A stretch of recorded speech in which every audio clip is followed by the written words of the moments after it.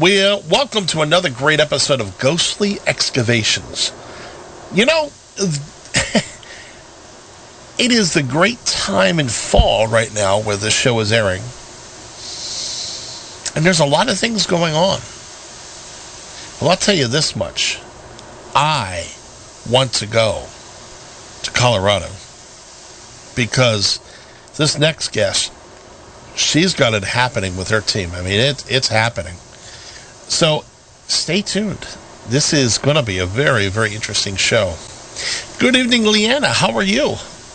Fantastic, Randy. I'm glad we finally got it together after playing tag from the 4th of July, and I'm here with you now, and I want to say thanks, and we're going to have a good time. Oh, we're going to have a great time. So my first question is, who is LeeAnna Jonas? Well, I am a seeker and paranormal avist. I love the paranormal. I am the owner, founder of Spirit Realm Investigative Project. I'm the team lead. We have a 3-girl team that specializes in the mining towns of Colorado. It's kind of special. We basically gather around the spirits. More or less, they know our names. I actually just got an EVP from the last investigation where they actually called my name out. So just a validation that they know I'm around, and it's just been a passion of mine. And ever since then, I've just strived to try to do the best I can with my team as an all-female team. And we've also gotten 2 shows under our belt, and we're just moving forward. You know, you're the first all-female team out there. Would you like to tell the audience about your other teammates, please? Sure. We have Jen, who is our historian, our class clown. She makes us laugh a lot. We also have Allie, who will be stepping in. She used to be a full-time member. Now she'll only be called upon. She's actually a medium when we have special cases.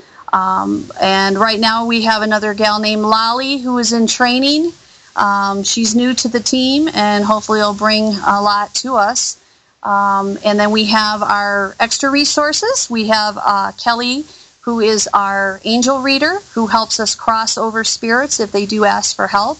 We also have Dave, the mystic, who is an astral psychic, who helps us with our demonic cases. And then we have Eric, who is our property historian that knows a lot about the mining towns, the ins and outs of the properties and the history of it, so it helps us out with our investigation.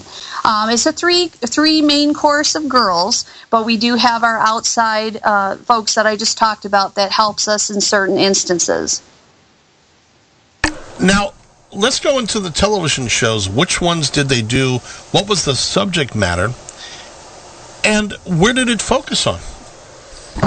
Well, the first one that we did was Zach Beggins, as everyone knows, is part of the Ghost Adventures crew. That was his second, or is actually his first side show that he made, that he produced, which was called the Paranormal Challenge. And that was based of taking teams and pitting them together in a location where they would be timed and watched, given history, and then they would proceed to do the investigation, and then you would have to come up with evidence at the end, and then you would give that evidence, and you'd be judged upon that in the history and the cohesiveness of your team. We went and did the USS Hornet out in Alameda, California. That was special to us because we actually drove there. We found out on a Wednesday, and we had to be there that following weekend.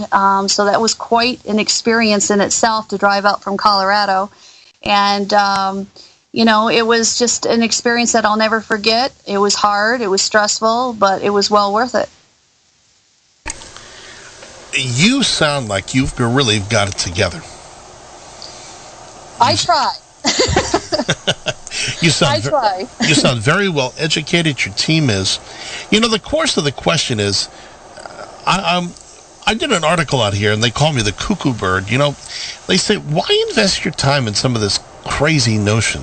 You know, I ran a nonprofit giving computers out to underprivileged children. I work in the IT field, married with a son, 23. So I'm trying to lead this normal life. And I get into the paranormal, and people say, was he nuts?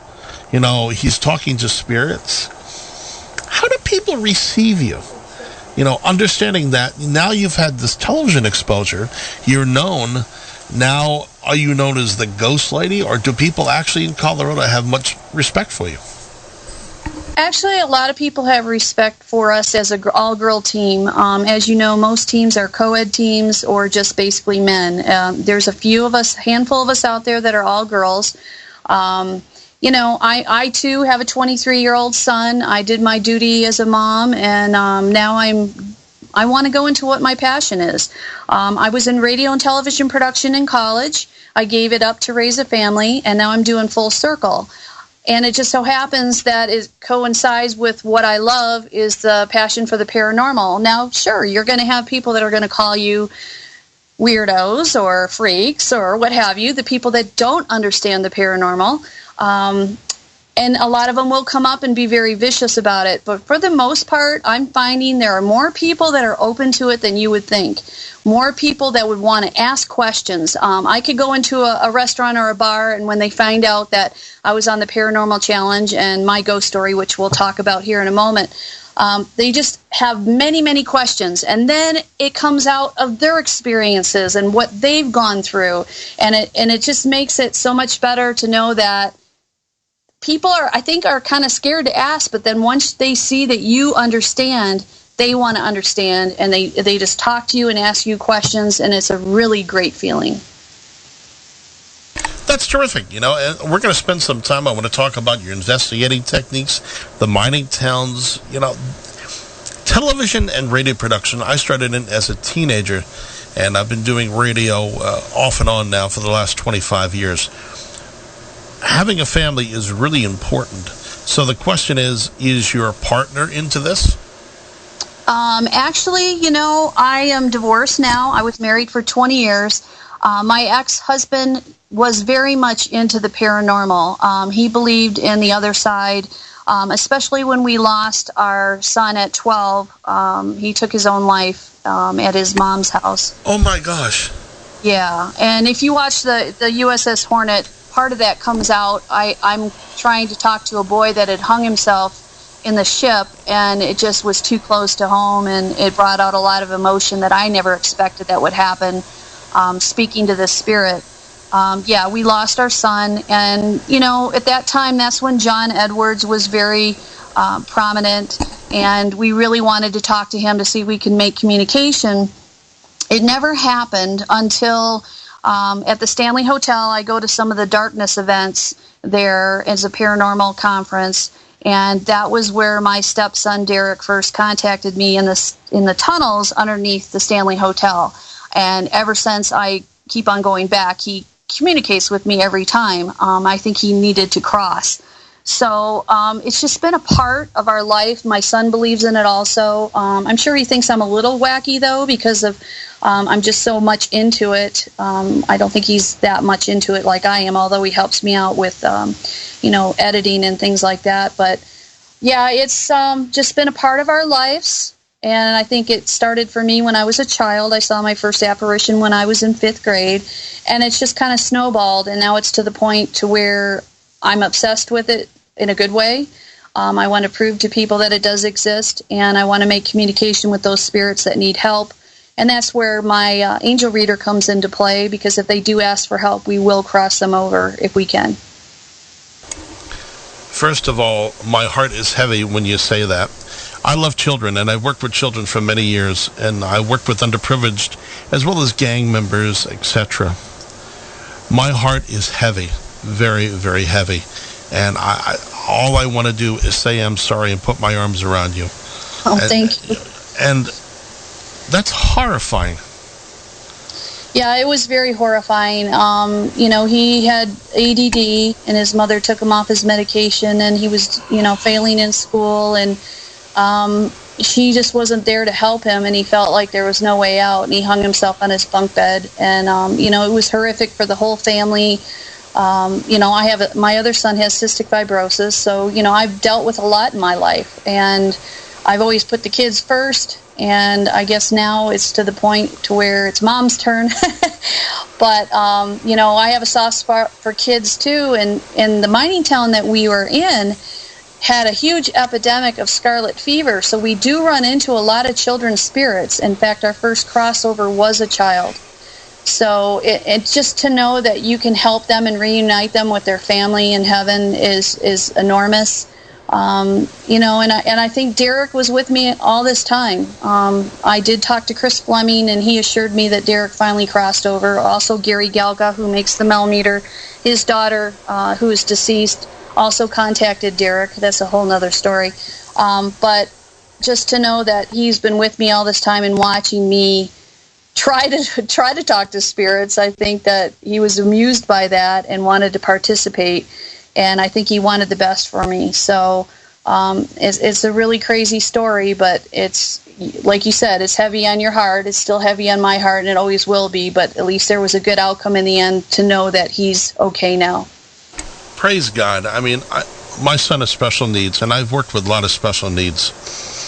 And I'm tearing up because, I know, it's hard.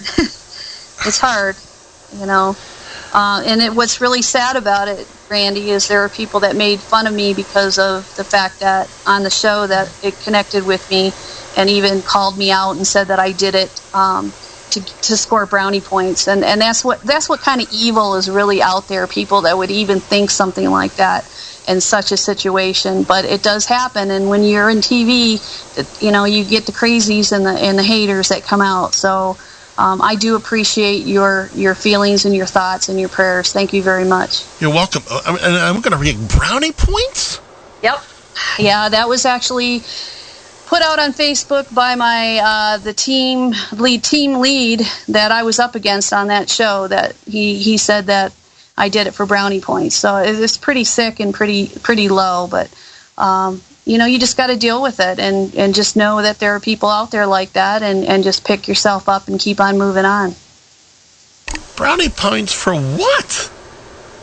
Because they felt that if I cried because I thought I was, trying to contact, the spirit of this child who hung himself, and it brought back memories, that he thought that, the judges might feel sorry for me and therefore give me brownie points to win the competition. Oh my gosh. Yeah. It's pretty sick, isn't it? That's disgusting. I know. Yeah.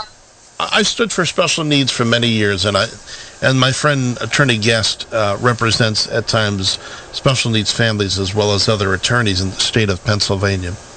And the one thing that I've dealt with is understanding, the President Clinton put in the ADA, American Disabilities Act, and what I was trying to do, and I'll just get into this before we dig into the meat and potatoes here, is I was trying to put together a culinary program for children who have special needs to, instead of going on Social Security or welfare or group homes, they were watching these shows like MasterChef and Hell's Kitchen and the Food Network, and said, I want to do that, but I'm too stupid. I said, no, you're not. No, you're not at all. You're not stupid at all. My son sat with me the years because I wanted to be a chef, and trained in a technical school till he was 21, becoming a chef. Now he has a lot of learning to do, but the hearts and minds of these children that I've experienced, and the love breaks me down into tears. And I'm ready to chastise the mother. I'm ready to, on the air, to ask you for this woman's phone number. And I want to bring her on the air and chastise her, because her responsibility should have been to say, look, I love you. We'll get through this. Or Mom, I want to hurt myself. Nobody loves me. Yeah. Damn it. Yeah. It was really hard, but all you can do is keep on plugging away and try to understand it. You'll never know the exact reasons why. You'll never, until I get to meet him, one-on-one and ask him when I get to see him someday. But, all I can hope is that he's happier now and that he's in a better place than the situation he was in. But, it's kind of neat that he got a hold of me. It's pretty awesome that he got a hold of me through the channels. And that just validates, too, that they're there. The spirits are there, and your loved ones are there, and they're willing to get a hold of you. And if they can use any kind of communication, as therefore, the millimeter, the ovulus, whatever, these great engineers are coming out with for ghost equipment, it just helps. It better aids us, even if we can get a hold of our own family, So, yeah, so that was a crazy time, very crazy time.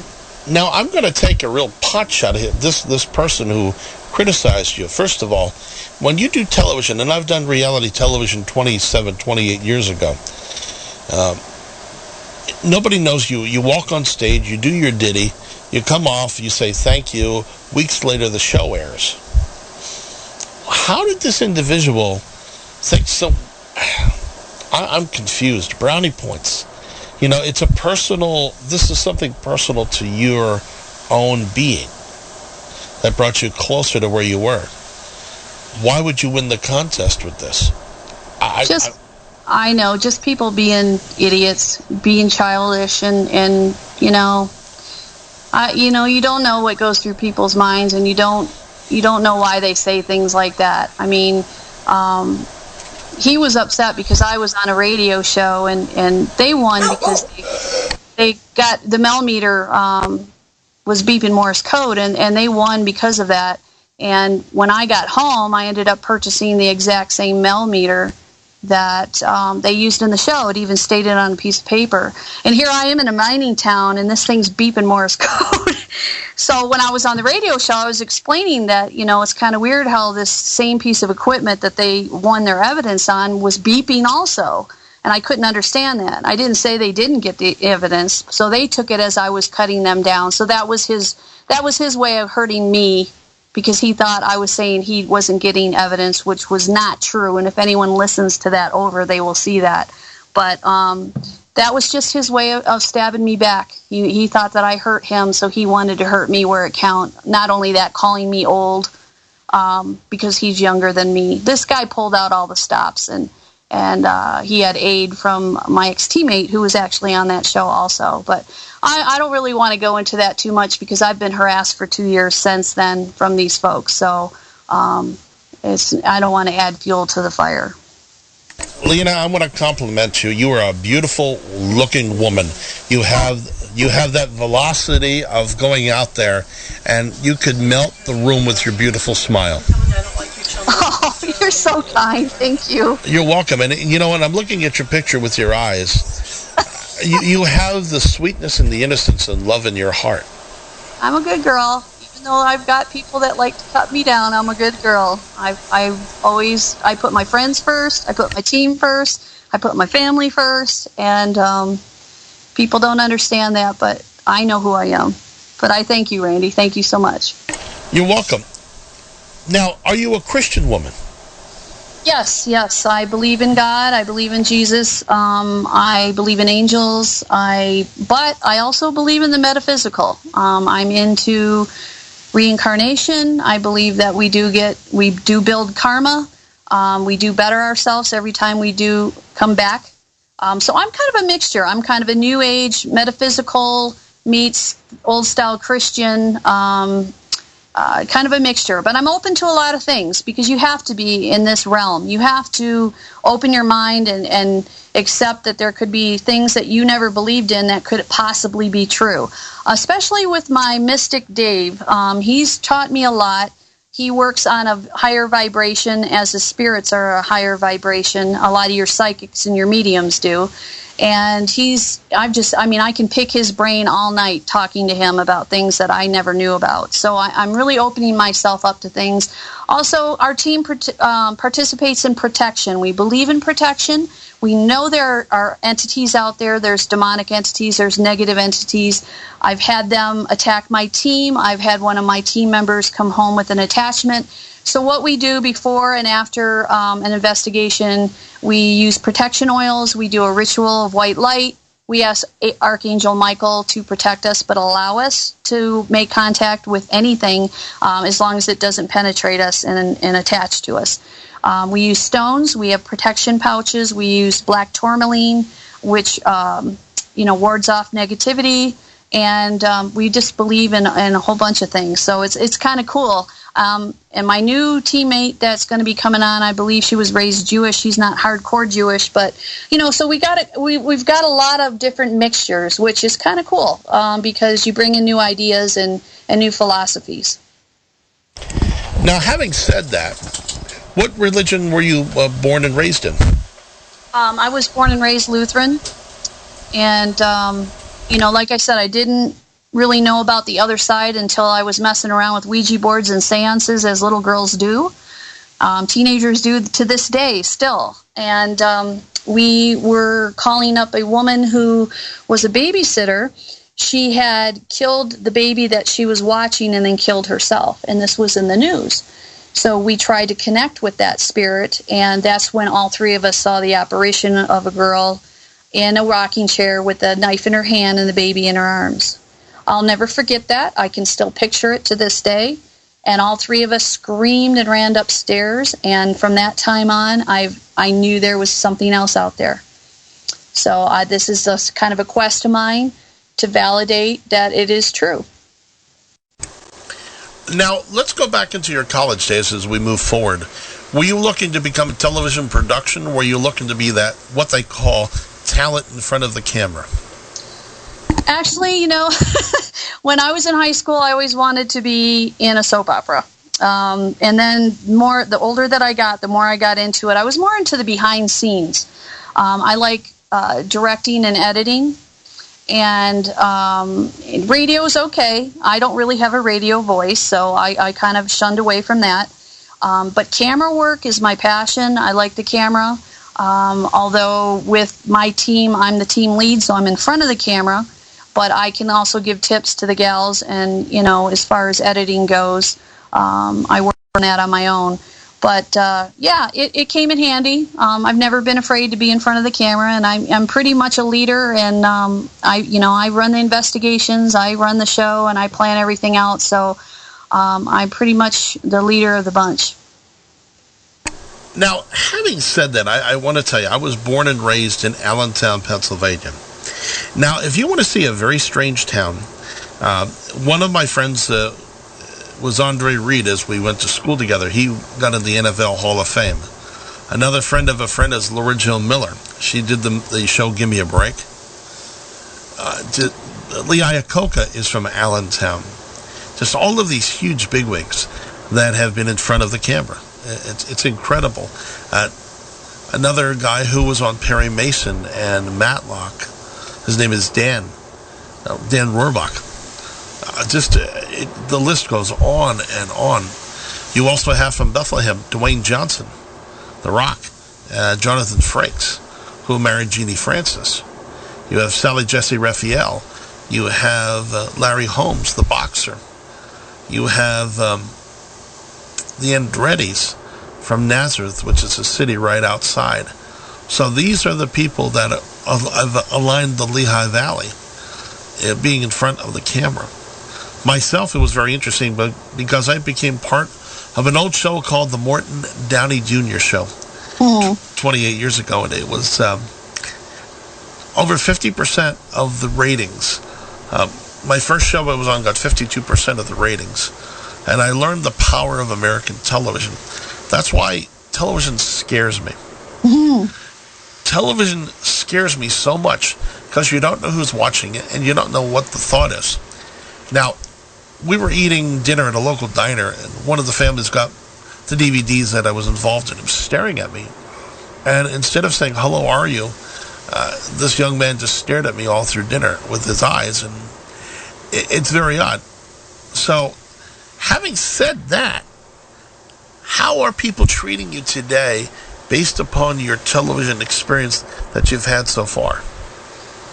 Well, a lot of them missed out on the Paranormal Challenge, but they did get to see my ghost story, and that was done on a local, about a local location that we did in Central City, Colorado, the Gilpin County Jail and Courthouse. And because I frequent that town, and that's basically where we do most of our investigations, we've done well over 30 investigations there, and probably up to 50 or more. people are starting to recognize me. I also went to a concert for Bret Michaels last week, and sitting in line, this lady kept on looking at me, and when the Paranormal came up, she said, "Oh my God, I remember you." And to me, it always amazes me, because I'm like, really? You remember me? So, I don't have an ego. I don't get a big head over it. It's kind of cool for the acknowledgement, but yeah, you're right. It's scary, and I don't think I'll ever get to the point. I mean, there's no way in God's name that I would get as famous as a Kardashian or something like that. I really feel sorry for those folks, because your whole life's out there, and people talk and are rude and make up stories, and it gets in the press, and so it's not kind. You have to have a thick skin.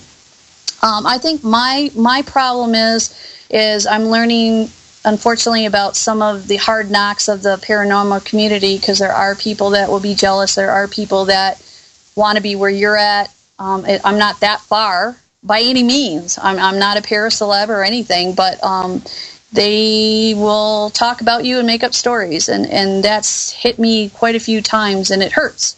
And and I'm a pretty sensitive person. I might have a thick skin, but I'm sensitive on the inside because I care. And it bothers me because I don't want people to think bad things about me. So, yeah, believe me, I've taken it into consideration as I want to further this. But it's the passion that outdrives everything. It's just not the TV. That's not it. It's the fact that I can prove to people that it exists. And it doesn't mean that it already hasn't been proven with the other shows that are out there. It is a chance for me to show a different side of it by crossing, spirits over, helping spirits, putting the spirits first, non-provoking, which we don't believe in, my team. So there's a different side that I want to bring out and let people see. Whether that ever happens, I don't know. Right now, I'm just plugging along with my passion, trying to make my team the best it can be, and it's going to be the best it's ever been. I've got the best people right now that I've ever had, and we're just going to keep on going, and we're like-minded, and we're there for the spirits, and that's what it's all about. Well, let me tell you about hate a little bit. I'll share this with you, since I've been in the media for 25 years. Different events, different press releases. To the day I started an organization, because I prayed to God, and this is what the good Lord put on me, to start helping underprivileged children get computers. The city of Allentown, Pennsylvania, the Morning Call, as well as the member of the Allentown School District, put my first wife and I up for a Human Relations Award from what we did, and I put it on my Facebook. Plus I got a federal award, a state senate, a state representative proclamation, a city council, as well as a local federal rep, as well as the city of proclamation. For all of this, I have never seen the green eyes of anger. Yeah. Until you hear the slams of the phone at the other side. It's the Randy Plessor Show. It's this. Oh, Randy did this. Randy did this. What are you going to do next, Randy? And I'm not sitting here portraying. I'm just being myself. So in moving forward, you started this brilliant career. You had your family. You raised your family. Unfortunately, you ran into tragedy. Horrible, horrible tragedy. How did this creation of this team come about? Well, I started in October 2010, just going to an event with another local team here in Colorado. And, I never really thought that I could do it. You see the shows and everything, and you've never really been in an investigation yourself. So when I got with these folks, I just went crazy. I started taking over, basically. I mean, they were thankful that I was so into it. So I think it's just the destiny of where I need to be in my life has finally come out. And I understood that. I couldn't get on this team that I was with. They didn't need anybody. And then I went for another team, and they never got back with me. So I thought, well, you know what? If you want to do it right, you do it yourself. And that's what I started to do. And it's just grown And we're making it. We're making it. Within 2 years, I've been on 2 shows. We've got a town basically to ourselves that we investigate. We have respect from the townspeople. We have respect from the living and the dead. They coincide, believe it or not. There's a lot of stories to it. And it's just helped me out personally because I put my mind to it and I'm doing it. And a lot of people, will cut you down because of it. And I think that's a lot of jealousy. Maybe it's because they want to be doing that. I don't know. But you know what? I don't care. This is what I'm supposed to be doing. The spirits know it. I know it. My angel reader tells me that this is what I'm supposed to be doing. My psychic, this is all part of the game plan for LeeAnna. And I want to bring along my teammates and people that feel passionate like I do and make their lives enriched also by it. And hopefully enrich the people that follow us on our Facebook and people that watch our YouTube videos. And, because we don't put anything fake out there, never have, never will. We only put out what we believe to be paranormal. We do debunk to make sure that it's not something, man-made or, something we overmiss that really isn't paranormal. I mean, we are a good team, and I just strive for that. And I don't care how many people try to step on me. That's their problem, not mine. And I just got to blow it off because it'll eat you up if you don't. And karma will get them someday. You can hope. But yeah, this is my passion, and I'm sticking to it. And I don't care how many snowballs I get thrown at me. I'm going to continue to just do what I do because that's what I'm supposed to be doing. Well, this won't be the only show because I'd like you involved with our Para Unity series. To meet others, I'm involved with another group from Colorado called Sleepwalkers Paranormal. And I'd like to get together to try to get rid of some of this hate. Because I'm not jealous that you folks were on show. I'm excited. I have you on the show here to talk about it. So in focusing on trying to help, what I'm trying to do is get together 5, 6, 7 groups. And I'll tell you, when I see your picture and hear your voice, you would go well with Bluegrass Ghost Chasers in the good old Kentucky. They're sweet ladies. And her name is BJ Hodges.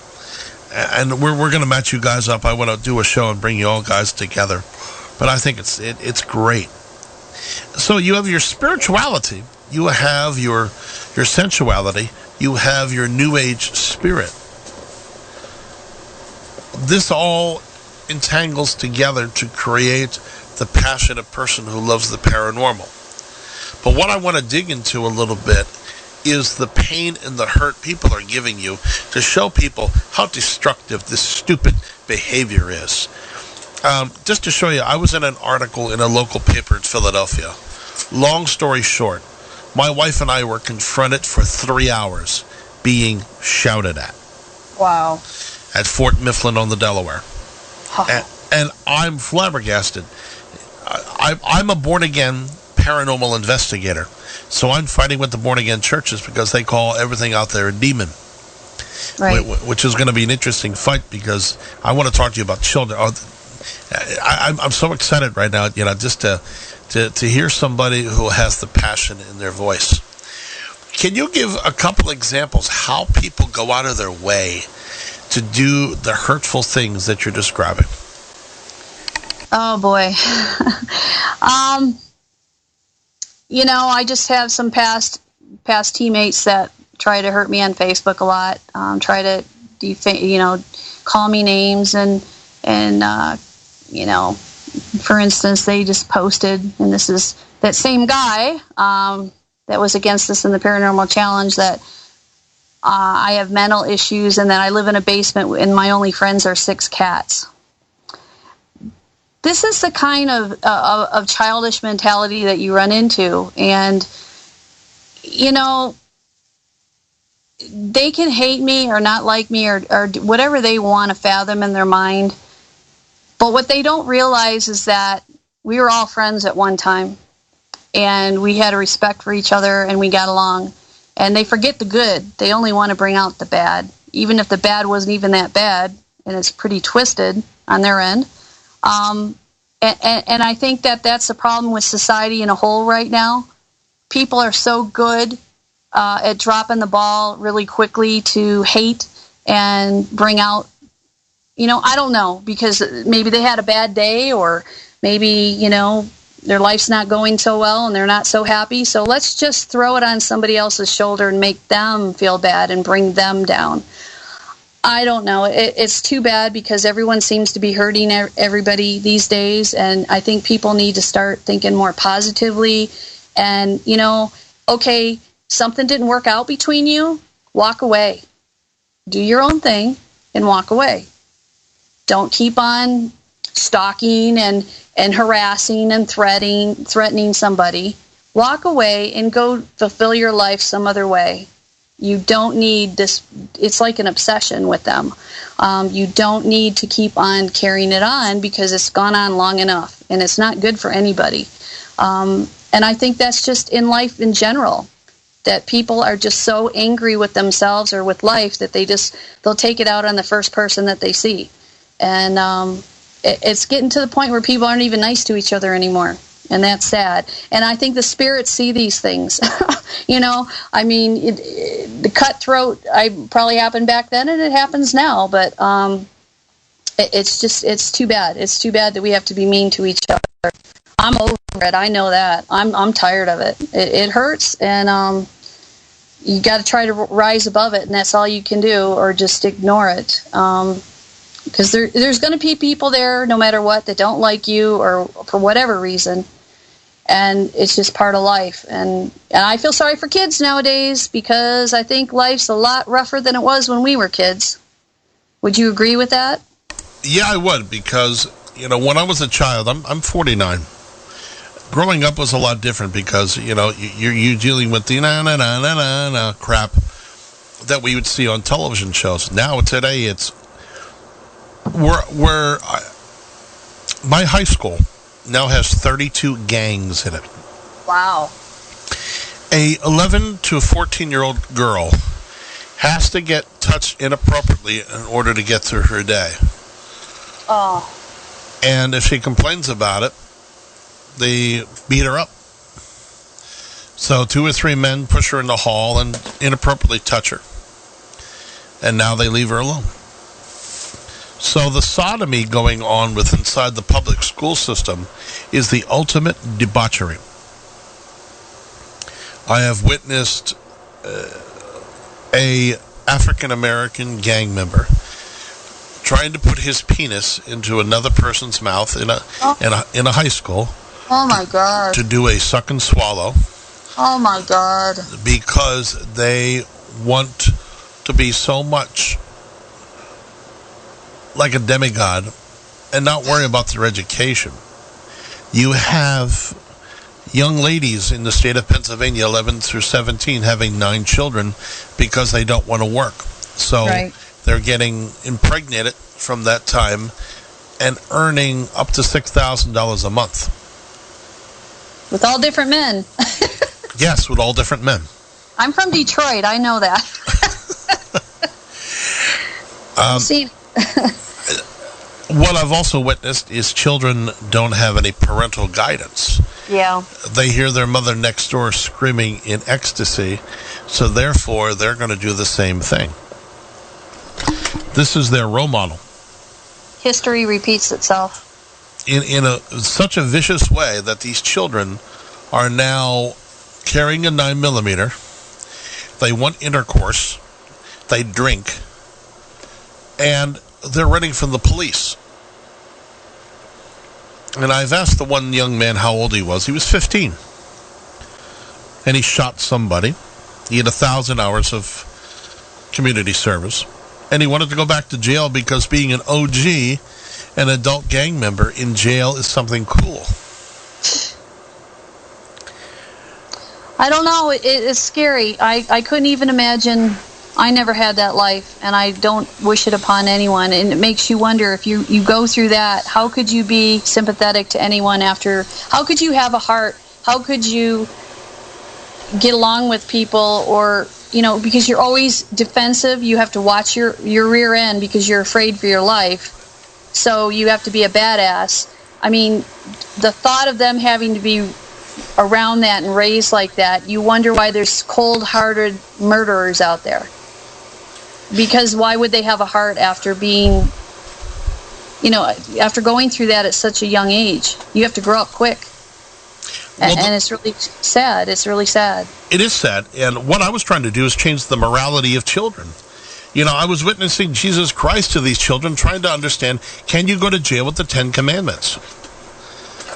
And, they laughed, and then they sat back and thought, can I go to jail? Go ahead. I don't think that religion even plays into it. I don't think that because of their living on the streets, I don't even think that comes into their mind, which is sad. And that just goes along with the spirits too. The ones that don't cross, they either, my buddy Dave tells me that they either never believed in God, they didn't know that there was a light, they didn't know there was a heaven, so when they died, they didn't know where to go, and they just stayed there, and a lot of them get stuck that way. And you just wonder how many of these kids that don't have any religion behind them and don't believe in heaven and God, and they get killed on the streets. Where do they go? And you wonder how many of them are stuck and trapped here. So it's kind of a big circle, this whole thing, Yeah, it is. And I went above the call, and I actually broke the law. Because, I actually didn't break the law, because Dr. Karen Angela allowed me to do this with the school board. I took Christ inside the elementary schools because I believe in teaching Jesus Christ to children, because if they don't have a foundation, what are they going to do when they get to morality issues like sexuality or morality or the idea of conformity? They're going to get what they're raised with. The horrific... My neighbor upstairs, for instance, was part of a marriage which she didn't marry the man next door or marry her boyfriend. She decided to go back to an old boyfriend of hers. To make a long story short, this is going to get really sick and disgusting. They were engaging in relations in front of their 5-year-old. And the 5-year-old was... interested, so the boyfriend got a 9-inch erection. Oh my God. And the mother duct taped the son's mouth. Oh my God. And this is in the paper. And anally assaulted him over 2 years. 5-year-old. Wow. He would scream and scream and scream and scream. I called Children and Youth twice to try to get it. And one day I came home from work in September of 2006, and 14 police cars and county cars were there. They arrested him and the boyfriend. The boyfriend, his name is Russell Kame, K-I-E-M. Judge Steinberg was the presiding judge. And he said he wants to do it again. He had fun at it. Oh. He's an animal. He'll die in jail. The girlfriend... a woman was coming down to my apartment, she gave him 20 to 40 years. And she has no remorse whatsoever. None. They said this was fun behavior. So we're creating a society with no morals and no moral direction. And now we expect people who grow up, they have the body and the body parts, but they don't have the mentality. Right. So what I would like to do is I would like to take religion and theology and go around the country to every school and to every elementary school and give them a Bible and teach them to pray. If you're angry, Lord Jesus, I'm mad. Can you please take my anger away? Amen. Is there anything wrong? Is there anything wrong with that? No, I mean, I don't know if it'll work. To tell you the truth, you might get a lot of them that just go, yeah, whatever, because they don't think that's cool. But yeah, the anger nowadays, people would rather just pull a gun on somebody than to talk.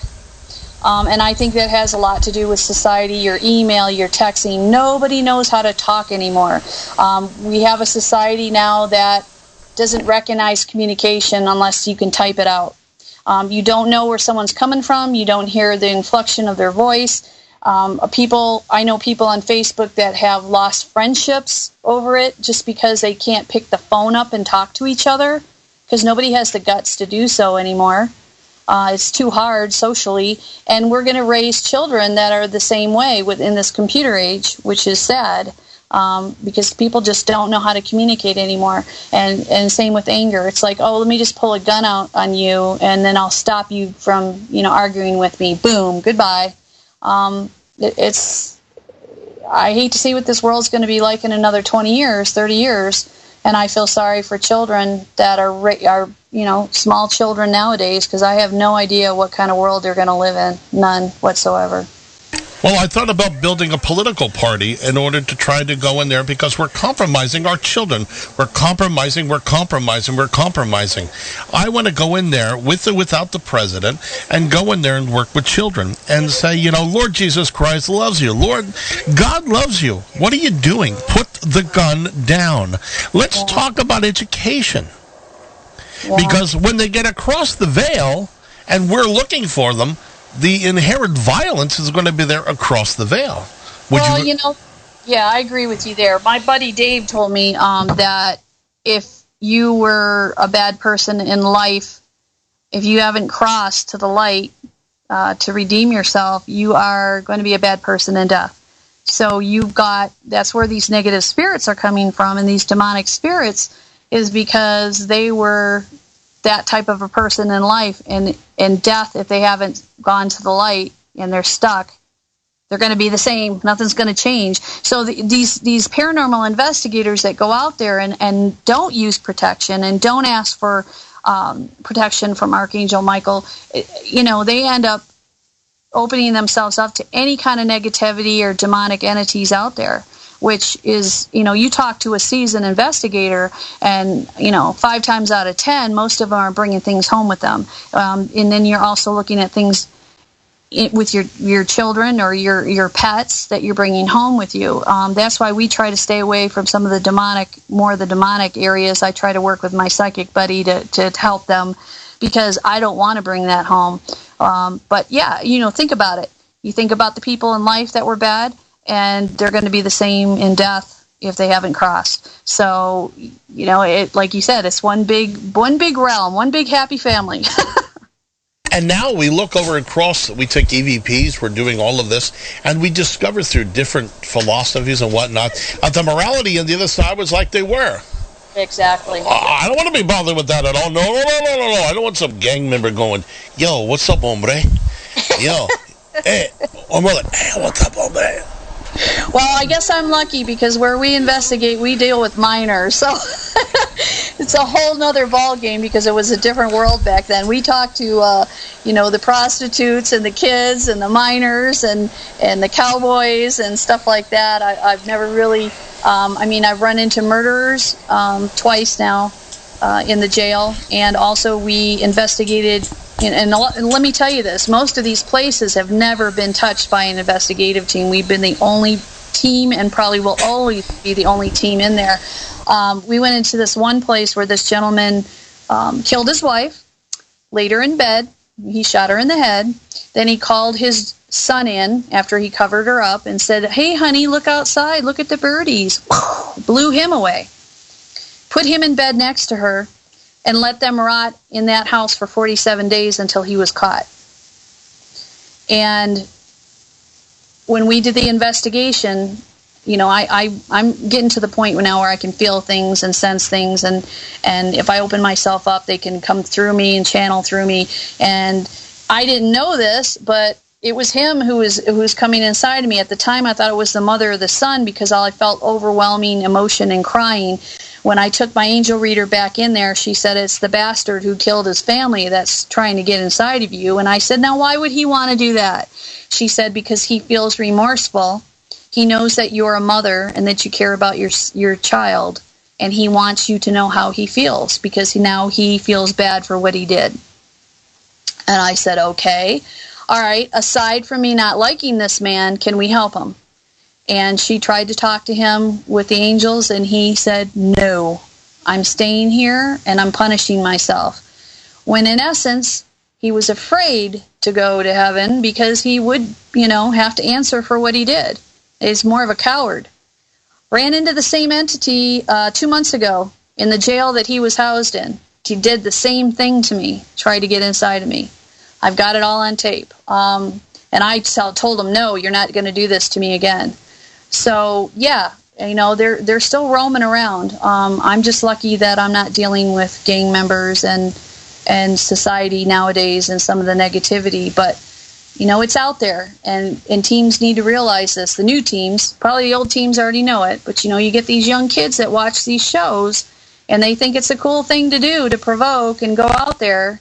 But they don't know what they're dealing with, and they don't know how bad it can wreak havoc on you. Ask Zach Beggins, ask Aaron Goodwin. Both of them have a chock full of nasty spirits that have followed them home.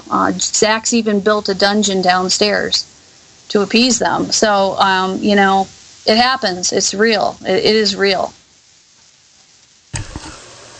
This show is really, I hope you're having a good time with this so far.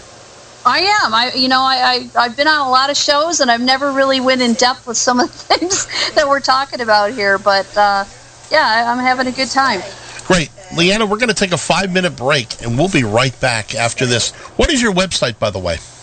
Well, we have a Facebook page. All you have to do is just plug in Spirit Realm Investigative Project into your search bar, and you'll see our page. We also have a link on the About section that goes to our YouTube site, and you can watch some of our evidence videos that we have, or you can just put in SRIP 3, which is for SRIP 3, for 3 girls, in your YouTube search bar, and our channel will come up that way also. Terrific. We'll be right back. And welcome back. We have the great guest tonight of LeeAnna Jonas. And we've been talking a lot of great things, but the one topic we haven't discussed is the paranormal. So LeeAnna, where do we want to start? Well, let's start with equipment. My team, we're sensitives. I'm a sensitive. My one, halfway team member right now, she comes and goes, is a medium, which does come in handy. But one thing I have to tell you about our team is we mesh the scientific side with the metaphysical side and the spiritual side. We try to prove, on audio and video using our equipment. I don't know how much you're into the equipment, but, most of our stuff is made by Bill Chappell, who also lives in Loveland, Colorado, here in Colorado, and Gary Galka, who lives back east. I believe he lives in Connecticut. I'm not sure about that. He makes the Melmeter, which was based off of the fact of his daughter who got in a car accident and died at 18 or 19, I believe. And it was his way of building a communication, and he's way advanced now communicating with her. So his quest was kind of interesting because it was based off of losing his daughter and wanting to connect with her. That was his passion, and now he's built equipment to help the rest of us do the same thing.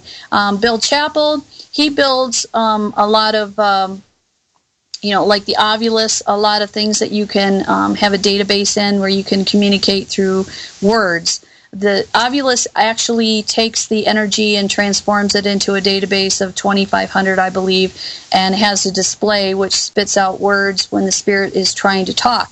Now, it doesn't mean it's exactly what the spirit is trying to say, but it will pick the closest word to it. And as investigators, we try to piece that together to make a cohesive story. It takes an art to it, because it will spit out different words, and you have to think outside the box and try to put it together. It's just like an investigator for a cop trying to piece together clues to, figure out a murder or what have you. It's the same thing with the Ovulus. You have to piece it together in the story and ask the right questions to try to get what they're trying to say to you. A lot of it's pretty relevant. So we use that, and we also rely on the voice recorder to get EVPs. And that is probably your best piece of equipment, because you're actually getting the spirit's voice, which just blows me away every time I hear it. Sometimes it comes out as a whisper, because by the time that they go through the dimension and cross over to our dimension, it takes away, the loudness of it. But, we're really into the scientific aspect, but we also are into the metaphysical aspect and the spiritual aspect also. let's go into the medical. Get tongue-tied. First of all, do you know Bill Chappelle personally? Bill Chappell? Yes, I do. Bill Chappell. Yeah. Be nice one day if you ask him in a future show. We'll have you and Bill on together. I'd love to pick his mind a little bit with you there. Oh, that'd be great. He's a scientific mind, though. You got to remember, he's more of an engineer and a scientific mind than he is a ghost hunter.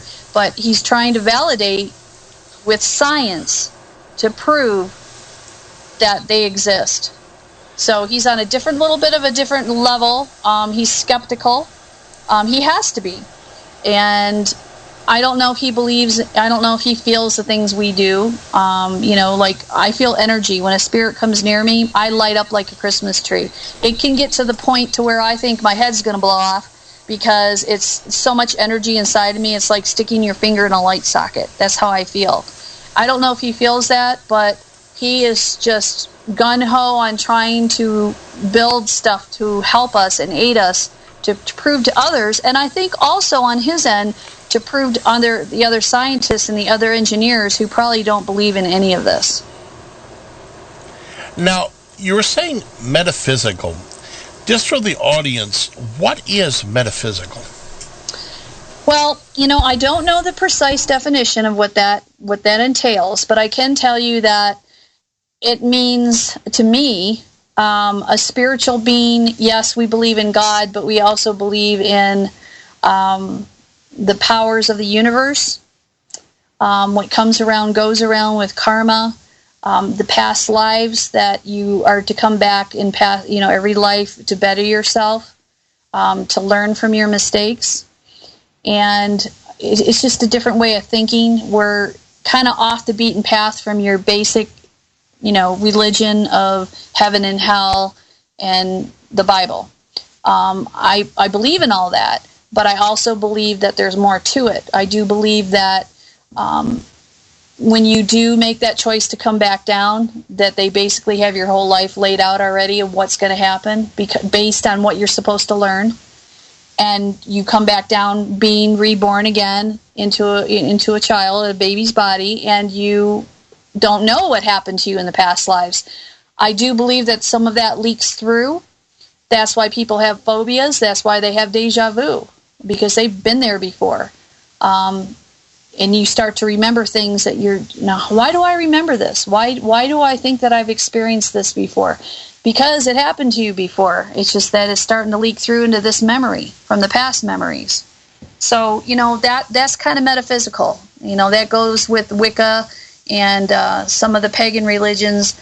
It's just a different way of thinking outside of the heaven, hell, and that's all there is to it, and nobody ever does anything else. So that's what I believe in. Now, there could be a bigger definition, but for the most part, the people that I talk to that are into metaphysical beliefs are basically along those same lines that I just told you about. Now, are you also into the New Age with the crystals and whatnot? Yes. I believe that minerals and stones do absorb what's around us. They're in the earth for a reason. I do believe, especially in the mining towns that we're in, with all the gold and the minerals, that generates energy. I believe that we're energy as living and we're energy as death. It doesn't dissipate. Sometimes it can go into the ground with the energy from the crystals. And what they say is different crystals bring different things to different, they mean different things. Like your black tourmaline is one of the best stones to absorb negativity so it doesn't get to you. I wear that around my neck. I have a pendant. I put it in a pouch with some other stones that do the same. I believe in sage.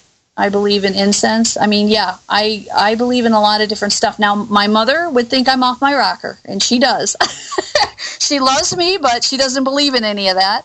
She believes when you're dead, you're dead. You don't go anywhere else. So all this stuff that I'm trying to explain to her, I think I'm slowly starting to penetrate that wall. But, yeah, I believe in all this. And, I'm not telling anybody that they need to. I don't preach it. It's just what I believe in. And luckily, I know a lot of people that do too, so I surround myself with those folks. But, anybody has a different belief. I respect that. We all are raised a certain way. We all believe in what we want to. If we were all the same, we'd be, carbon copies of each other, but we're not. So we all have our own mind, and we all have our own way of thinking. So, and I think that reflects on investigating also. It just depends on the team of people that you have and the belief. So when I do interview for teammates, most of my teammates I've had for 2 to 3 years. And people change, lives change, and they go on their merry way. And when I have to look for someone new, I make sure that they have some kind of belief system as the team in a whole. Because when you have somebody who doesn't, that really throws a wrench into things. I'd rather have a cohesiveness of beliefs than work against each other on it. That would be to me, the ultimate way. Mm-hmm. But how does all the mining towns focus on this? I would like you to go in depth on these mining towns. Are they all abandoned? Oh, no. The ones that we go to, especially Central City, Colorado, used to be the richest square mile on Earth. This was the place to go to get, your gold. A lot of the Welsh came over. They even had the Chinese come over to work in the mines. It was the Wild, Wild West. And these were bustling towns. They had a lot of corruption because, as you can well imagine, when these miners bust their ass to work, they come back to town with their money and they want to have a good time. That means partying and women. And that's basically what this town was. Nowadays, it hasn't really changed. It's now gambling. So there's still that sinful addiction there. They're trying to hold on to what they have historically. The buildings they're trying to hold on to, but basically most of them have been gutted out and turned into casinos, which is sad. I wish they would go back to the historical values, but they think that this is the way of making money. The adjacent town next down the road, a quarter mile, has really gone off the deep end. They're very Vegas now. They've got the storefronts, the old style building fronts, but it's basically, they've built new buildings, so they've kind of lost their historical value. So what's really weird is, the spirits that still hang out there kind of rotate. We've learned that we've gone into one building. 2 weeks later, we're going to run into the same spirit. We get the same names on the ovulus, the same stories. There's one man in particular that shows up at every investigation. His name's Jim Murphy. It's gone as far as to where he'll say his name, Jim Murphy, and then he'll say Central, and that's Central City. That's where he's from. It's just it's a melting pot, but you still have your mountain folk there, and you still have your slower paced life. So when you go there, it's like a different world. But we love it. We're into the spirits. I'm very protective of my spirits. I've gotten to know them, and finally they said my name. It blew me away. My teammate caught it on an EVP, and I'm like, oh my God, they know my name. But it kind of makes you feel good because they know you're there for them. They know if they need help, they can ask me, and I'll get them help. And it's a very unique situation for us. Not a lot of teams get to do that. Most of them just kind of go here and there, or a lot of them will go to places that have been investigated like crazy. They'll go to these well-known places, and we go to places that nobody's ever been to, and it's just so unique and so special. That's incredible. But sad, all the Vegas-style whatnot, are they making money at it? Blackhawk's basically putting Central City out of town. Central City sits up higher, and it's the buildings look just like they did back in the day. I mean, I can show you pictures. And, it's weird how they've just kind of rotated to different types of businesses. But you go down the street, and there's the Riviera and the Ameristar. They call it the Walmart. It's like a high-rise hotel casino. They moved half the town up the hill, houses, so they could build this big high-rise hotel and casino. can you imagine the spirits that are pissed off because now they've been uprooted and moved up the street? And I want to get in those houses so bad, but they're owned by the city, and it's kind of a museum now. They kind of clumped them all together, made it a little side town, and they don't really want anybody in there, any ghost hunters. I don't like saying ghost hunters, but, investigators. So it's sad, but what are you going to do? I mean, it's progress. I mean, they think it's progress. Everything's evolved and changed. Look at some of these historical buildings that have just been taken down so they can put up condominiums. I mean, we're wasting away our history.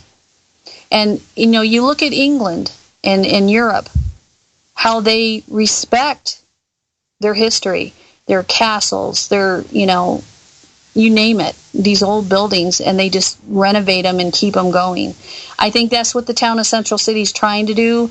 But in the meantime, they're going to lose. The town's dying a little bit. They just closed another casino, and I'm just like, I'm sad because I don't want it to go away. I don't want it to go away. But no, it's live. It's still alive and still active. And then there's another town called Morrison that's not far from my house that was a dumping ground for spirits, from what my psychic tells me. He's like, oh my gosh, I can't believe how many spirits are stuck here. And he helped move some of them on. But no, I haven't gotten to do real ghost town yet, and I'm looking forward to it. One of these days we're going to get into a place that there's nobody in there, and it should be interesting because I'm sure the spirits there have had nobody to talk to. And that's another thing. When you go into a place that no one's ever been to, they're all there. They're ready to talk because they're like, oh my God, somebody knows we're here. I mean, if you could imagine if you were in their shoes, oh my God, somebody's trying to talk to me. I mean, you'd be amazed. So we just keep on plugging away and getting really good locations. Now, have you done any photographs or EVPs or anything else in any of these mining towns at all? Oh yeah. If you go on our YouTube site, you'll hear, I mean, one of our best Class A EVPs was it's now a gift store, and back in the day, who knows what it was a brothel or what have you, most of them were, and the angel reader that we have used to do readings there, and she said there's kids in this building. She crossed over too, and I thought, okay, well, they're all gone. So we were in the basement getting an EVP from a man who blew himself up with explosives, and we left a recorder upstairs, and when I got home and listened to it, clear as day, you hear a child go, what you got, Melanie? Clear as day. So they're still there. We've gotten a lot of kids' voices. We get a lot of, like in the Gilpin County Jail, I was on the second floor, and I asked, how many spirits do we have here? And a woman's voice said, I can see only one. We get full sentences. We get a lot of Class A EVPs. And the more we do this, the more they seem to come around. The Ovilus is one of our biggest pieces, though, because they seem to be able to manipulate that very well. And I've gotten good at it, trying to figure it out. So, we just go with what we know, and we're innovative. We use different things here and there. We have dowsing rods. There's a gal out of California, Allie. She makes special dowsing rods for ghost investigators. They're heavier, they're copper, they're handmade, and we went into a mine shaft house, and we've got a video of that too. I had a gentleman there with me who uses those on a regular basis for work to find water mains, and he was blown away, and it was so cool to have somebody who isn't an investigator, isn't into the paranormal, to actually watch this happen in front of their eyes. So it was awesome. So yeah, we try to use different things, and even just simple things like the dowsing rods. Has your team ever, or you yourself, gone some of the mine shafts? Well, the place that we did go into was the Coeur d'Alene mine, which is the shaft is right underneath the house, the shaft house. They've got it, they've got a grid over it, a metal grid, so no one can fall in. Unfortunately, we haven't done any mine shafts just because most of them are not safe to go in because they're not working mines. There's one working mine that I'm trying to get into. I have a friend that has a friend. The problem is liability. Most of these mines want you to carry liability in case something happens to you, because let's face it, anything could happen to you. You could become crushed, you could suffocate if something breaks down and a mine collapses. So no, I have our property historian. Oh, it was so awesome. You would have loved this, Randy.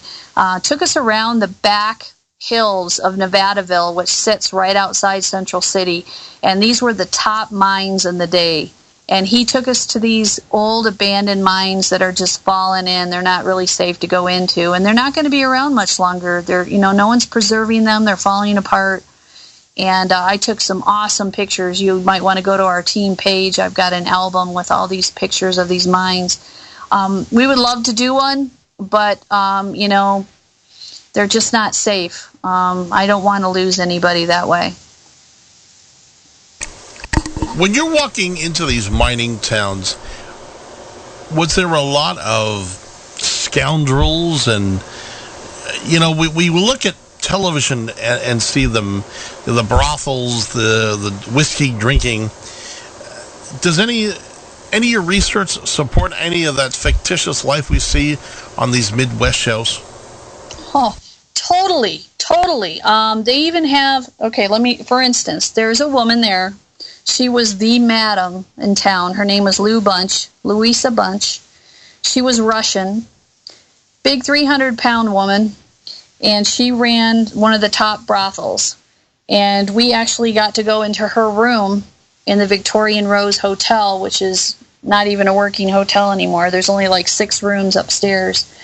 And we did what's the flashlight technique, where you just barely touch the flashlight and with the backing of the flashlight, and you ask questions and they can turn it on and off, which they did. Then we were in the hallway before the investigation, speaking to the actual handyman that worked there, and asked him about it. And he said, oh yeah, she was like a brick house. She had her head just kind of sat on her shoulders, and she just wasn't much to look at. And all of a sudden we get an EVP on the recorder and the video saying, I'm here. So she was listening. So what they do is they celebrate her life in Lou Bunch Days, which was about 3 weeks ago. And they have brass bed races. Each casino has a team that dresses up like a call girl or a burlesque girl back in the day, and a couple guys, and they're on a brass bed with wheels, and they have races. It's incredible. But they celebrate their history. They celebrate the brothels. They celebrate the madams. They have gunslinging shows. In the history, my buddy that I've become really close friends with, who runs the historical society there, is our go-to guy for all the locations and the history of the past, so that it aids us when we investigate. And he just tells us all about, yes, this happened. This guy shot this, the sheriff in the middle of the town, and this is the house he lived in, and it's haunted, and, this was the madam that did this, and, even the little boy that we crossed over, his mother was a prostitute there and used to keep him in a closet to play while she worked. I mean, a lot of this is documented. There's a woman who ran one of the bars there that died in 1992, who told her husband, or 1962, told her husband in a year to have a seance, and she would come back, and she did. Unfortunately, he ran out the door after another girl who was scared and never got to see her. 50 years later, and a week later, he went into that house and did a seance to try to contact her. Unfortunately, all we did was contact a little girl and a cat. We did not get to talk to Emma herself. But there's documented proof. The museums up there have the clothes and the furniture from that time. So it's like you walk back in time. A lot of these houses still look the same. and the stories are there. You might want to look this up, Randy. This might be very interesting for you. It's called The Face on the Barroom Floor. It's at the Teller House, and they even made an opera of it. I was just in their documentary. My son was the cameraman for the documentary. They just aired it this past month up there. And there's history. History's everywhere there. And that's why I love it so much, because it's real. It's real. That's too cool. It's awesome. That sounds really too cool. It's awesome. It's totally awesome. It's an opportunity that I'll never have again in my lifetime, and I'm just going to go with it. And like I said, we're friends with everyone. I'm friends with everyone in town. I know people there. All my clients I still keep in contact with, and our friends. During the creepy crawl and at Halloween, they take people around and do ghost stories. We do presentations there during Halloween. In fact, we had like 3 casinos fight over us this year to do presentations. So we're finally getting the acknowledgement of all the hard work that we've done in that town, and especially with us being on My Ghost Story and featuring one of their locations, they finally realize it's a real deal. And it's just been a perfect opportunity, and I'm real happy about it. Will you go in there and ever really dig in and document? I would love to read a book that you would write based upon all of these. I mean, the fascination of this, I could spend years looking through your documentation, because that would be fascinating. Is there anything left of that, of anything like the deeds or anything else of the properties? Oh, yes. Our property historian, Eric, that's what he does. He collects these old documents. In fact, he paints in town, and he goes into these old homes, and these people have stacks of stuff that have been sitting there since the 1800s in a basement, and he'll say, do you mind if I go through this? And they're like, no, go ahead, take it, it's junk. Or he'll just find things in the walls when he's renovating, and he collects all these things, and it's so fascinating. He has old pictures, he has documents, he has bank statements, he has the warehouses and the mining supply stores. In fact, we just did one 2 weeks ago.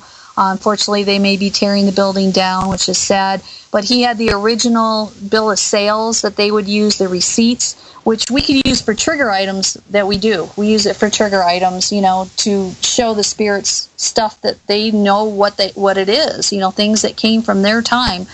The stuff's there, and this man's the guy. We're so lucky we ran into him, and that's all he does. And then we got our other buddy that's gone with us on a mining investigation in the shaft house.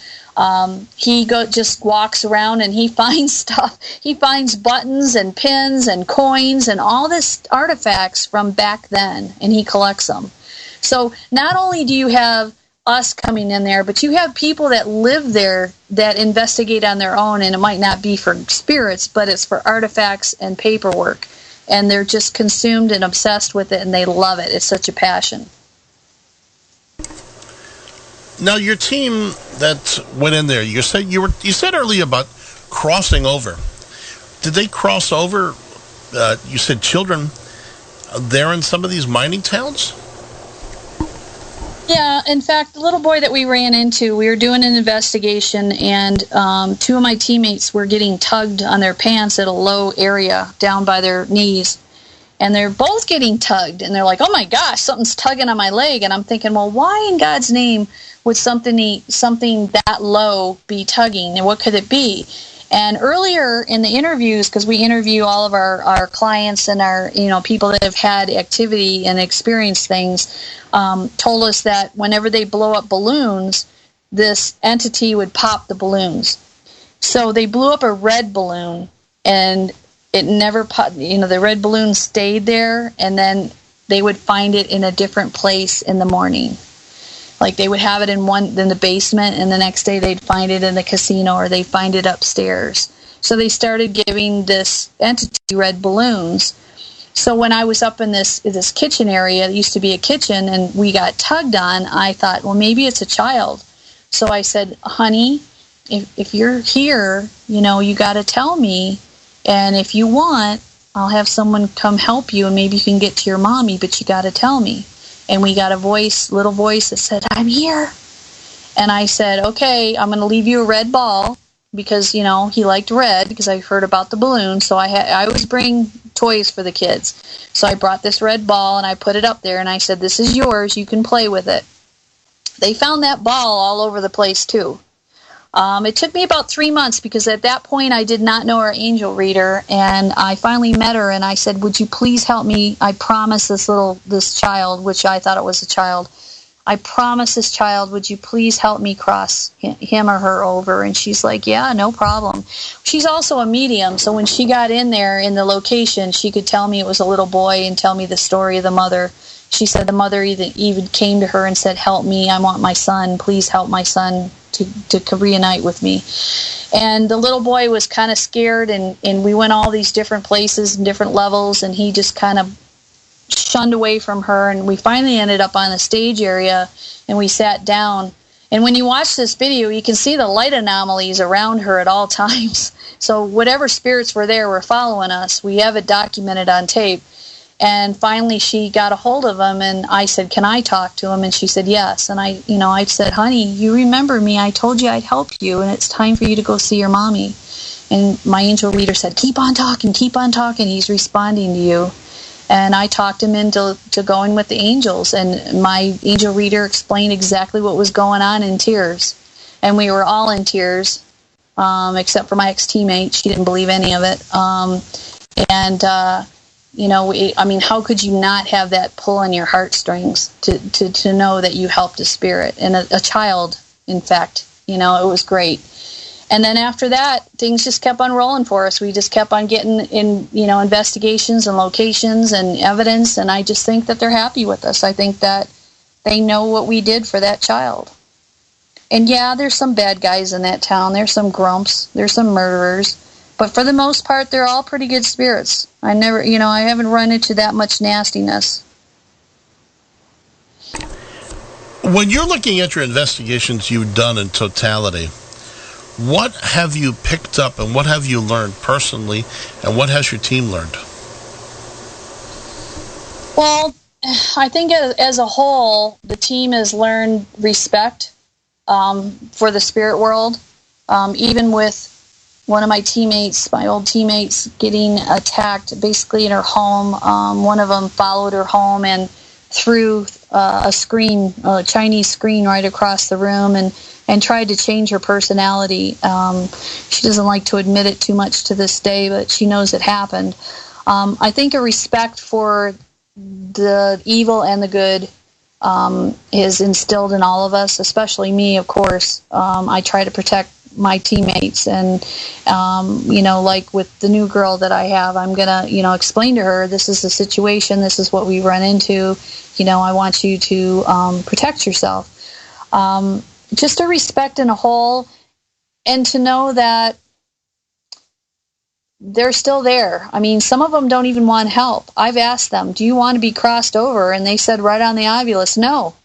And the word no came right up. So obviously they're content where they're at, or they just don't want to go anywhere. So to know that they have a free will, a choice of what they want to do, whether they want to go or stay, it's up to them. They were people just like us. They were your great-great-grandfather. They're your great-great-grandmother. They're your, great-uncle and such. They were your relatives. They were people. And I think what folks need to realize in respect is that is the truth. Those were people just like us. So have some respect for them. You've got teams that provoke. I don't believe in provoking. I think it's disrespectful. I did, in fact, provoked at one time, I'll admit it.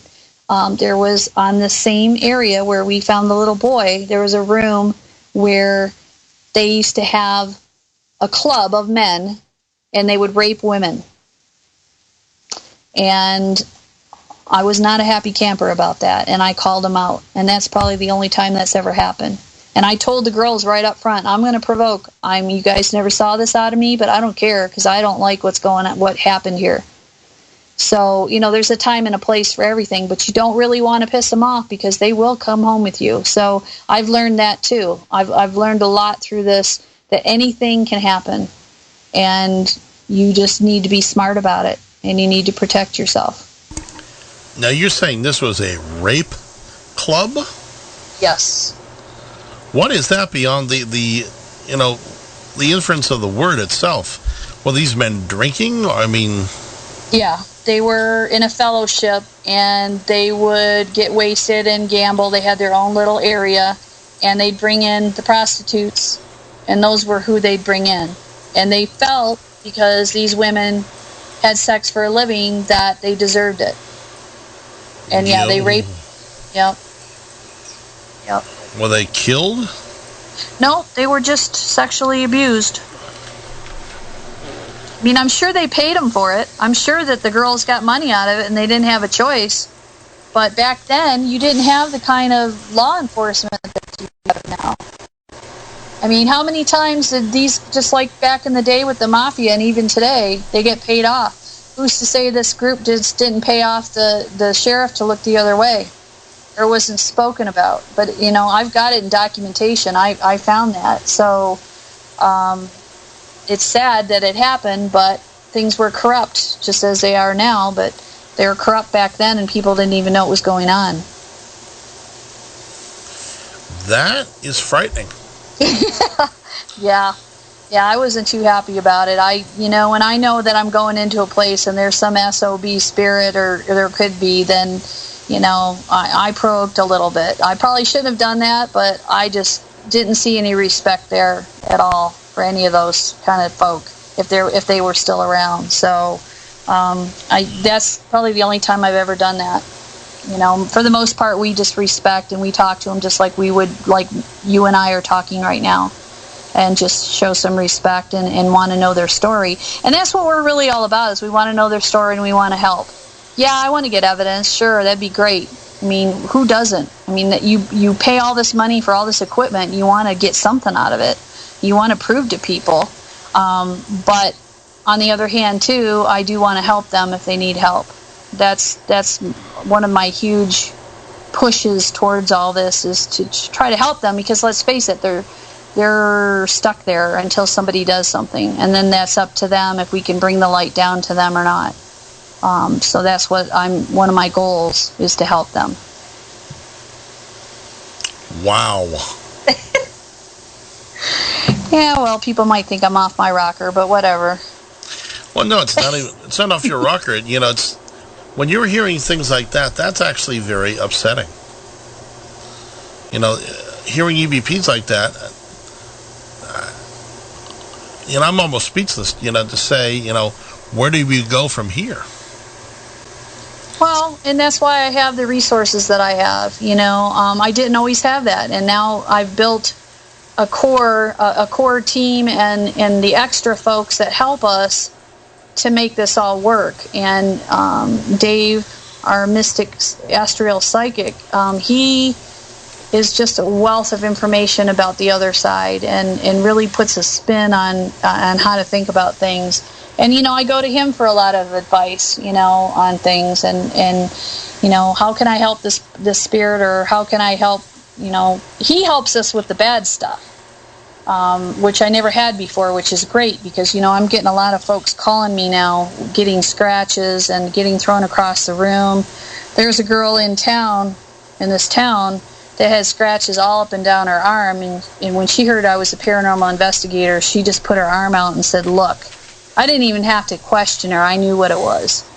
And that's one thing that I'm getting good at, is learning about all this stuff. It's a nonstop bank of knowledge in the paranormal world, because nobody has all the answers. Nobody knows for sure.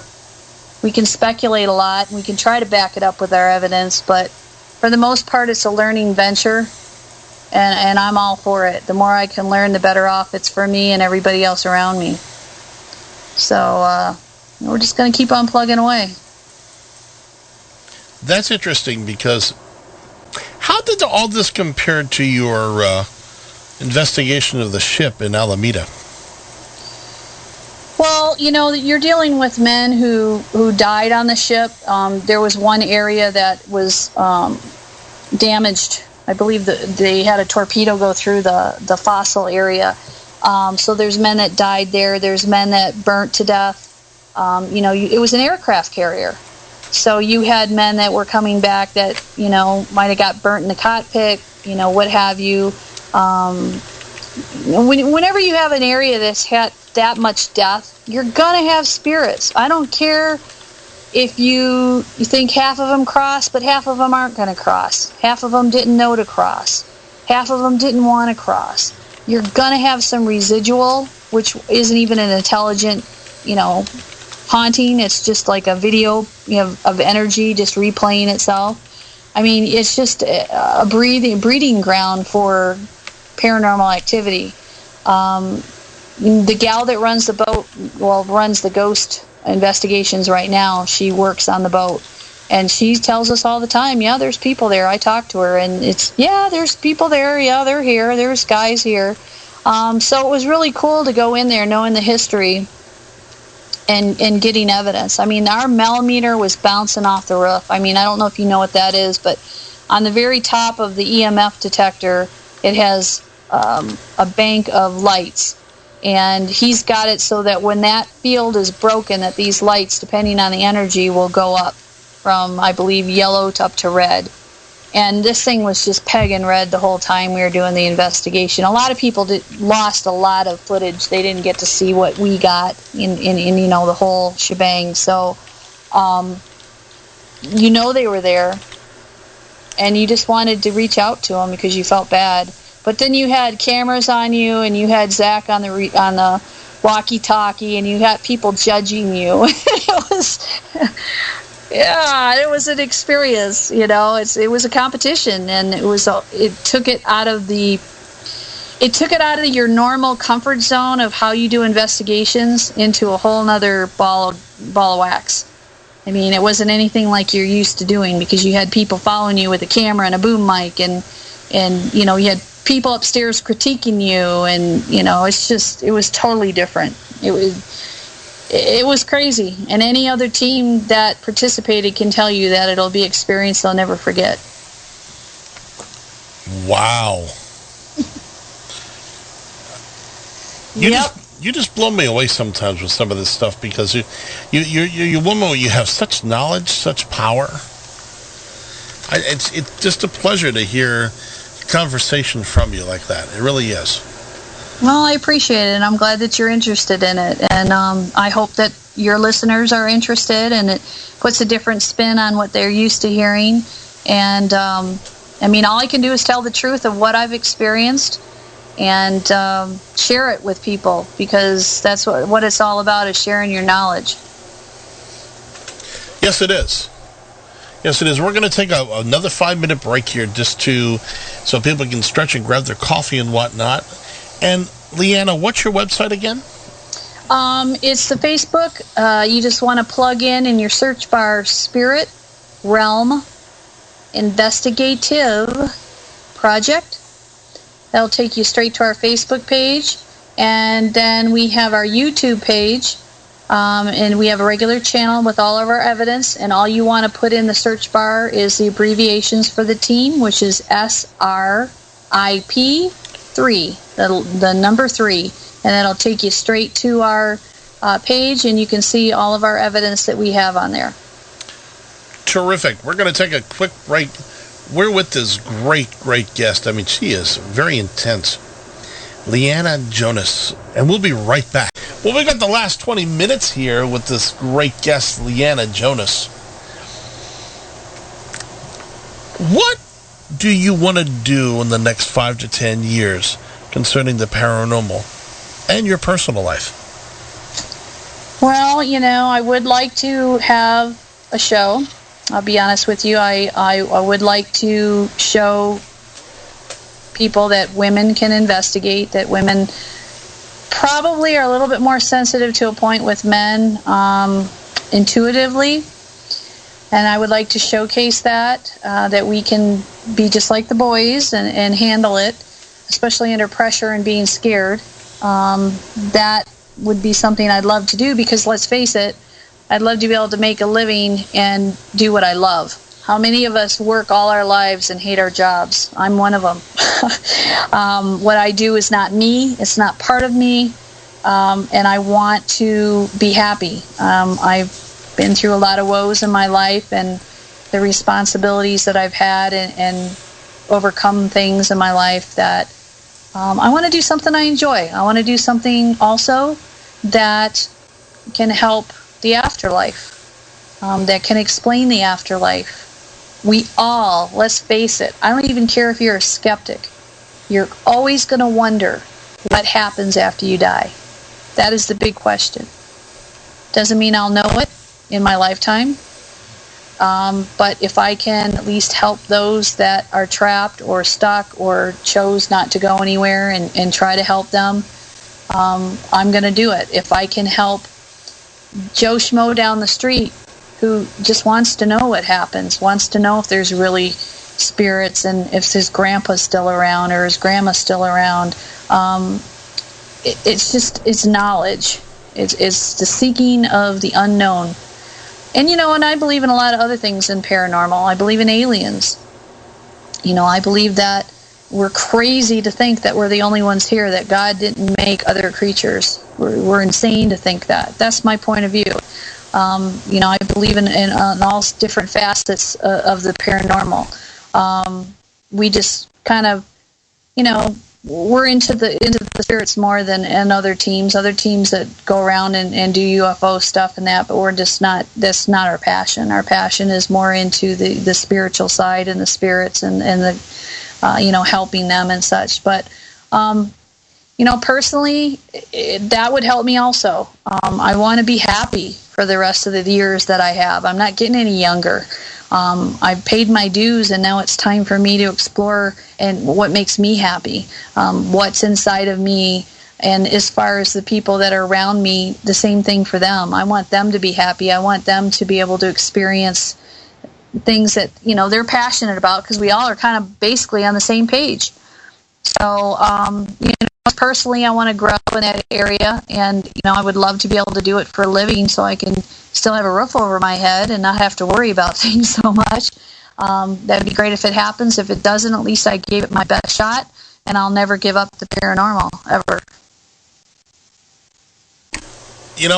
That is fantastic, and it's wonderful because you've worked so hard. So far you deserve something in your life that you really have had. And that's the one thing that I really have, thoughts and prayers in your life for moving forward. And I'm going to offer this, by the way, on the show, on the air. I'll produce that show for you. In the background, I'll record it for you. Really? Yes. Because we've been looking for someone to produce it. Everybody wants major buckage up front, and I don't have the major buckage. And if they would just give us a chance, we need to have a solicited pilot to go ahead and put out to the network. So, yeah, I need that help. I need someone who believes in us. I need somebody who believes in we can go somewhere, and this is for the good. It's hard to find. It's hard to find because a lot of these networks right now, they just want to put out gobbledygook. I mean, I'm not putting down the South, but some of these shows, these Southern paranormal guys, or I don't know, or I heard they're going to be making an Amish show here pretty soon. Amish paranormal investigators, and I think they're more into the shock factor than they are the true investigating, which is kind of sad. We've kind of lost our way from the basics, so I'd like to bring the basics back a little bit and show a different side of it. Well, now my name is Elma, and I'm from Lancaster, and I believe in the paranormal advanced. Now listen now, I'm gonna get my horse and buggy and join me. And I'll tell you now once. Now, not twice, now once, because if I tell you 3 times, I got to go to church. But anyway, I'm going to take my horse, and we're going to go to the farm, and then we go to the cemetery. And I'll tell you one thing. We're going to have a haunted good time, and I'm going to bring along some schnitz pies, and we're going to eat good, too. So, join us on, Amish Paranormal now. I'm Elma, and I don't need no EMF meter. I got my Bible, and I've got the preacher. So what's coming next now, Lance? I don't know. But I tell you one thing, my wife hit me on the head now once with a rug cleaner because she said I'm going to hell. Well, I said if I'm going to hell at least, well, let's leave that for another show now once. I'm Emma the Investigator, and we'll see you next week now once. Now, where was I? I'm making some schnitz pies. No, I tell you what. No, give me some lard. I'm going to make some home fried potatoes. Oh, that was classic. What I was going to say is I have an executive producer in Maine that I'll hook you up with as far as the TV stuff is concerned. I'll produce your radio show. Oh, we're going to have a radio show? Didn't you say you wanted to do a radio show? No. I want to do a paranormal show on television. Well, we can hook you up there. We can hook you up. Now, There's so many radio shows out there right now, I'll tell you. Yeah, but you see, they don't have here a big Dutchman to sit there and go, there now, listen now. Now listen, now kid, now you shut your mouth up and close your legs, and we're going out to the cemetery now once. And you, John, what's your name? Have a drink. Now listen, now once. I'm breaking Amish right now, and I'm carrying my EMF meter. I think you should do some stand-up comedy. Yeah. Hey, my pants fell down, and I can't pick my pants up. Oh, now, Jeremiah, no, you leave your hands off the cemetery now once. Come on now. We're breaking paranormal in the Amish world now once.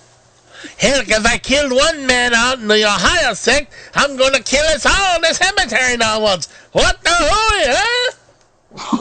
huh? But, oh, man. You just wait till it comes out, and if any of that's close to it, I'm going to die laughing. That's rplessor at Comcast.net. So, and that's a character I've created. Send the hate mail there.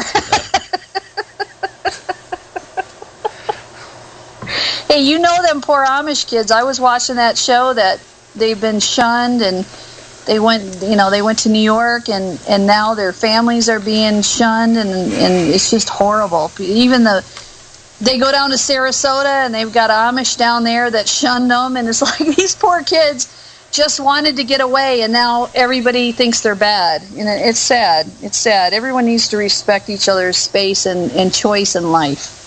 Now, I won't reveal which one or ones, but can I tell you that I know part of the cast, personally? Oh, you do? Yes. Okay. I love that show.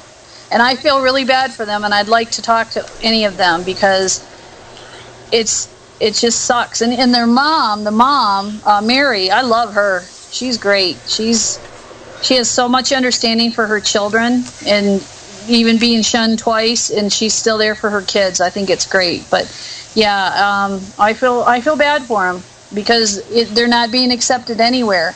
And if you watch the show when they're down in Florida, even the people that aren't Amish are coming up to them and harassing them. And all they want to do is just be free.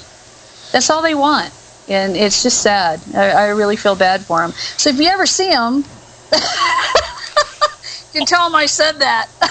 On the next episode of Amish Ghost Hunters. There you go. Now, Mary, you give me that Colt 40 now before we go. We got to go in the house. We don't want to stink of beer. No, Jeremiah, no, you don't give me the finger now once. We're here to be holy. Don't bend over here now. Now, kid, pull your pants up.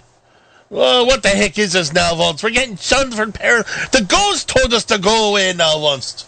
Yeah, the ghost told me to do it. Blame it on the ghost. That's true.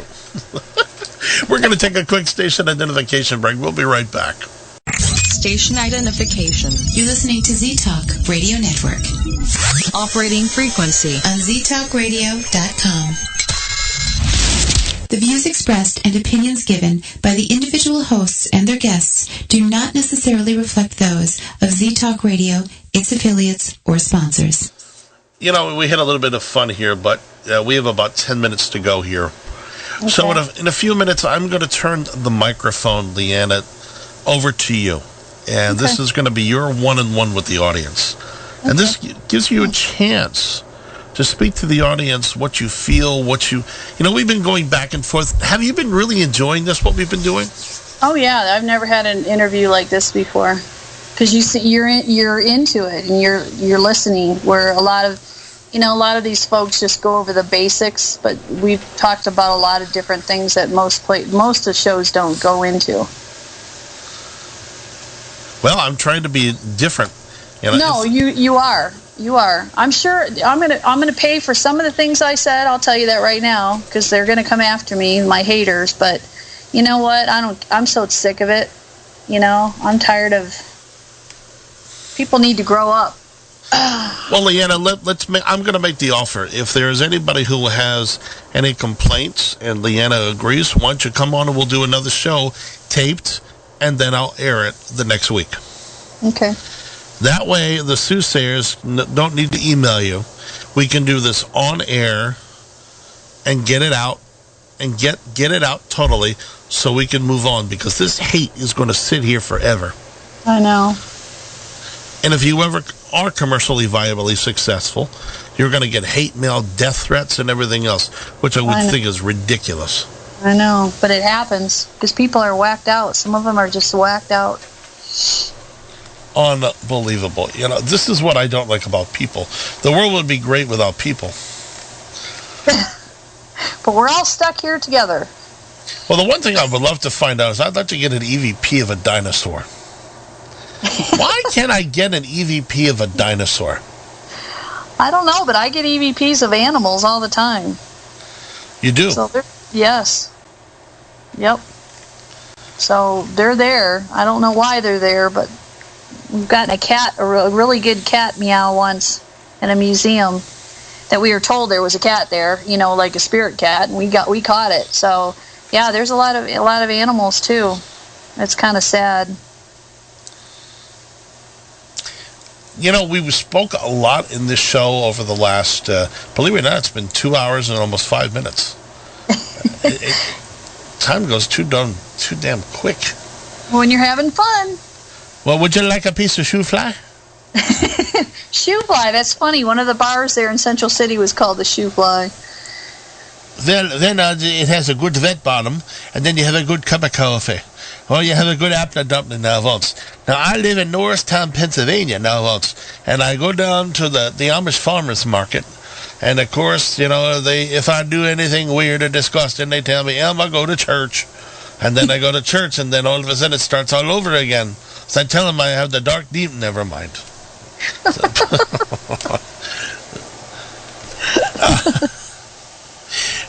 I try to do humor, but when we get into a lot of this stuff, humor has to be the fact of life. Well, they say a good laugh, that's good medicine. You got to laugh once in a while. Life's too short not to. You remind me of a weather girl. I do. Why's that? I should make a bumper. Good evening. It is the news. My name is Randy Plessor, and come on, follow with me. Good evening. Welcome to the news. My name is Randy Plessor. And I'm LeeAnna Jonas with the weather. Ay. Well, listen, I'm going to mute my mic here in a second, and you have 5 minutes personally with the audience before we close. And I want to give you an opportunity to say your piece. And this will go out to all across the nation. So I invite you to get whatever's on your chest off. Get out what you need. And I challenge those haters out there to contact me at rplessor, Plessor, at Comcast.net. And I will bring you on the show together. And we should sit here. I don't know about that one. Yeah, that might be a bloodbath there. Ay. Well, listen, I'm muting my mic. Okay. You just let me know when you're done. Now. Okay, everyone. First, I want to say thanks for listening to the show tonight. It's been very entertaining. For those folks that are into the paranormal or want to investigate, first I'd like to give you some kind of tips. Please use protection. And I know you don't probably understand what that means, but go to your local metaphysical store, stone shop, rock shop, what have you. Talk to them about protection.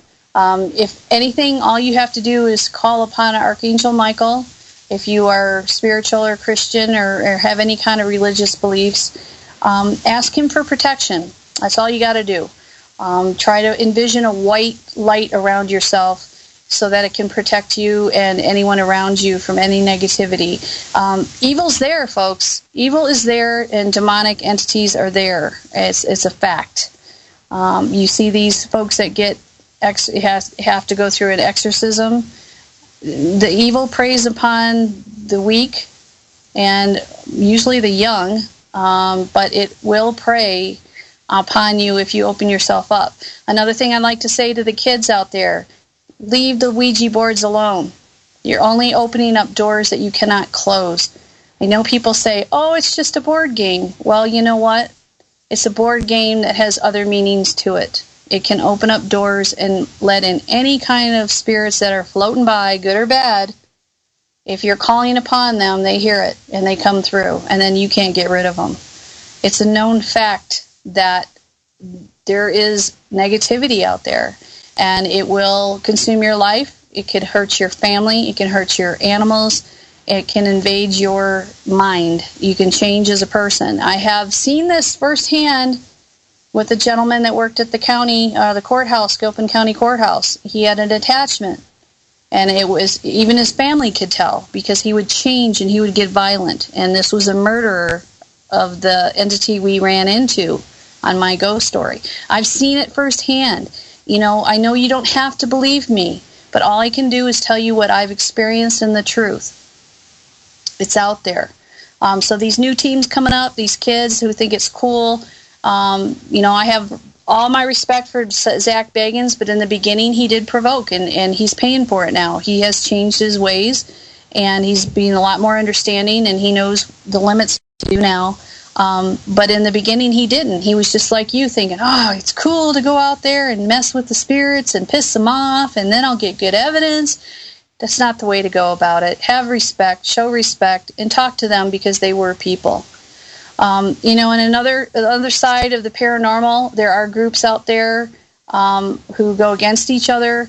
There are ex-teammates that throw knives at each other, and this is just not in my case. This happens with a lot of teams out there. There's a lot of nastiness going on. There's a lot of hurt. There's a lot of mudslinging. There's just downright lies being spread about people. And,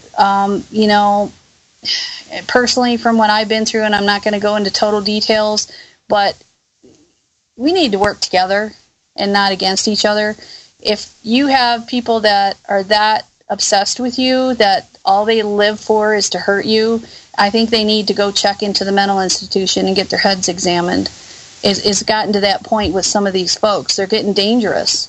I've gotten to the point where I'm learning how to shoot a gun because I don't know what could happen next.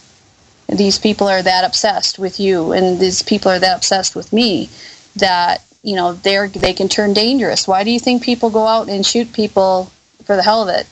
They're not in their right mind.